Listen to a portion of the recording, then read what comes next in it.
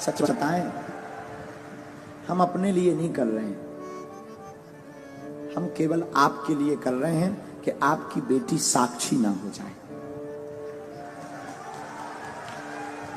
हम इसलिए कर रहे हैं कि अब हमारे मंदिरों पर सोमनाथ जैसा कभी दोबारा हमला ना हो। हम इसलिए कर रहे हैं कि तुम्हारे बच्चे, तुम्हारे जीते जी उन माँ बाप से पूछना जिनके बच्चे घर छोड़कर दूसरे मजहब में चले गए, जिनकी बेटियां घर से भाग गईं, कश्मीरी पंडितों को भगा दिया। यहीं दिल्ली में यमुना के पास पाकिस्तानी हिंदू हैं शरणार्थी, उनको रहने के लिए निवास नहीं है, लाइट नहीं है। उनके पास जब जाओ और पूछो कि वहां पाकिस्तान में क्या हाल था, उनकी बेटियों को, छोटी छोटी बच्चियों को उठा लिया गया, 13-13 साल की बच्ची को उठा ले गए। और हम नहीं चाहते कि हमारे भारत में तुम लोगों की बेटियों के साथ ऐसा हो। सिर्फ हिंदुत्व की बात और सनातन की बात हम इसलिए बोलते हैं। क्षमा करना, जो पुलिस में भी हैं उनके ऊपर भी कितने हमले कहां कहां नहीं हुए, बंगाल में। हम नहीं चाहते कि लौटकर हमारे राष्ट्र के इन सिपाहियों के ऊपर कोई उंगली उठाए। इसीलिए हम हिंदुत्व की बात करते हैं, इसीलिए हम सनातन की बात। हमें कोई शौक नहीं चढ़ा है, ना हमें यश पाना है, ना हमें सम्मान, ना हमारी कोई पार्टी है कि हमें राजनीति करनी। हमें कौन सी राजनीति करनी?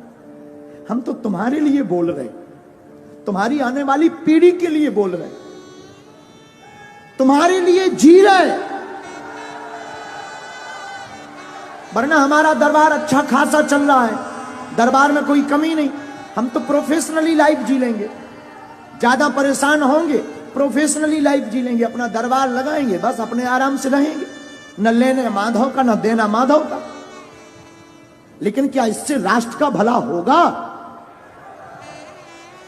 नहीं होगा। हम तुम्हारे लिए जी रहे हैं। इस वीडियो को जरूर तुमसे प्रार्थना है कि तुम्हारे अंदर अगर जमीर है, जागो। हम ये नहीं कहते तुम सपोर्ट करो हमारा, तुम्हें जहां जो करना वो करो, लेकिन हां, बात जब सनातन की आ जाए तो प्लीज चुप मत बैठना।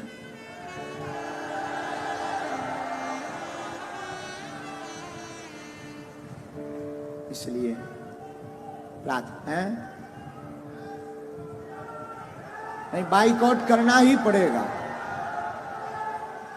बिना उसके काम भी नहीं चलेगा। जो ऐसा चलाए और जो ऐसा करे उसको देखना, उसके पंडालों में जाना बंद कर दिया जाए।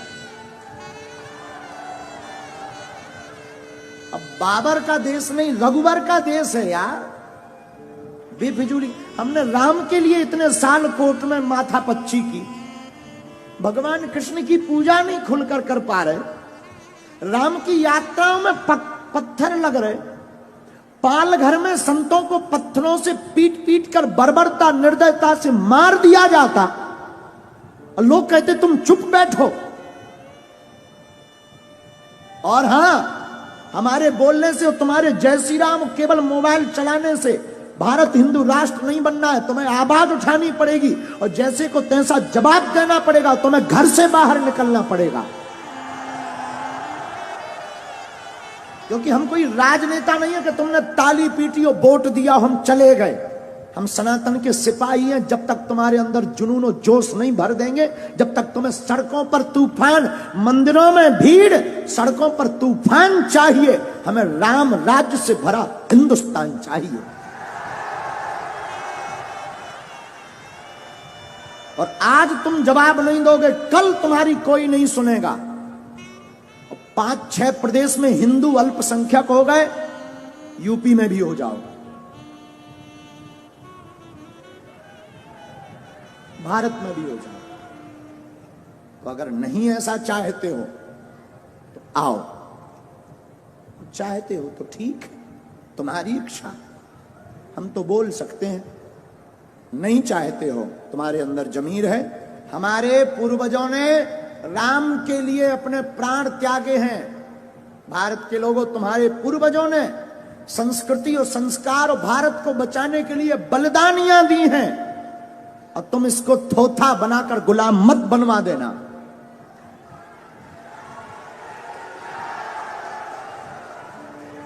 दूसरी बात, भारत में 80% सनातन हिंदू रहता है, 20% अन्य मजहब के, और 20% जब अन्य मजहब के हैं और तुम्हारा ये हाल है कि तुम अपनी बात नहीं बोल पा रहे। जिस दिन तुम 50% से नीचे आ जाओगे, घरों में नहीं रह पाओगे।